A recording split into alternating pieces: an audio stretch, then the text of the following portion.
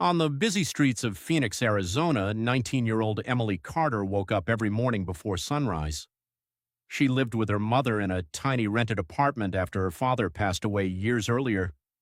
Money was always short. Some nights, dinner was nothing more than peanut butter sandwiches and tap water. While most people her age were in college or enjoying life, Emily spent her days selling handmade sandals at a small roadside stand near a local farmer's market. Every pair she sold earned only a few dollars, but she never complained. She believed that every small sale brought her one step closer to a better future. Most people walked past her without even looking. Some laughed at her old clothes and tiny booth. Others said, "You'll never make it selling sandals." Instead of giving up, Emily smiled and replied, "One customer at a time." Every evening, she watched successful business owners close their stores. Instead of feeling jealous, she studied them. She noticed how they greeted customers, displayed products, and built trust. She wrote everything in a small notebook she carried everywhere. Months passed. One rainy afternoon, almost nobody came to the market. Emily had sold only one pair all day when an elderly woman stopped by. "You made these yourself?" the woman asked. "Yes, ma'am," Emily answered proudly. The woman smiled, bought 3 pairs, and gave Emily one simple piece of advice. "Don't sell sandals, build a brand." Those words stayed in Emily's mind for weeks. She started learning everything she could about business through free online videos and library books. She saved every dollar she earned instead of spending it. Soon, Emily created a simple logo, designed better packaging, and opened a small online store. She began sharing short videos showing how every pair of sandals was handmade with care and comfort. At first, almost nobody watched. Then one video unexpectedly went viral. Thousands of people loved her story. Customers from across America started placing orders. Her tiny apartment quickly filled with boxes waiting to be shipped. Emily's mother quit her cleaning job to help pack orders.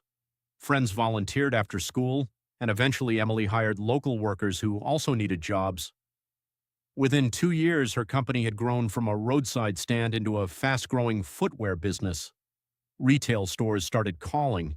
Fashion bloggers reviewed her products. Even celebrities were photographed wearing her sandals during summer vacations. For the first time in her life, Emily wasn't worried about paying rent. But success didn't change who she was. She remembered every difficult day she had spent standing in the Arizona heat, hoping someone would stop by her little stand. Instead of buying luxury cars, Emily invested in better factories, fair wages, and environmentally friendly materials. She believed that success meant creating opportunities for others, not just making money. A few years later, Emily stood on stage at a national business conference.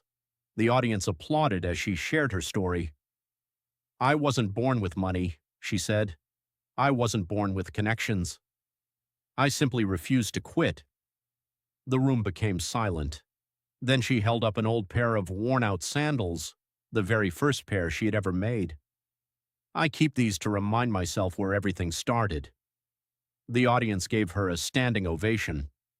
By the age of 28, Emily's company was worth millions of dollars, with stores across the United States and thousands of online customers.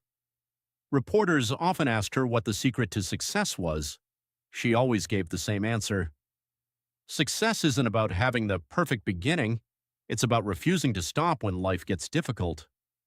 Back in Phoenix, the old roadside corner where Emily once sold sandals now had a beautiful community center funded by her company. Young entrepreneurs came there every weekend to learn business skills, marketing, and financial planning for free. On the wall hung a simple sign that everyone noticed before leaving: "Never underestimate a small beginning. Today's sidewalk can become tomorrow's empire." And every time Emily drove past that corner, she smiled, because she knew that the little sandal stand everyone ignored had become the first step toward a dream that changed thousands of lives.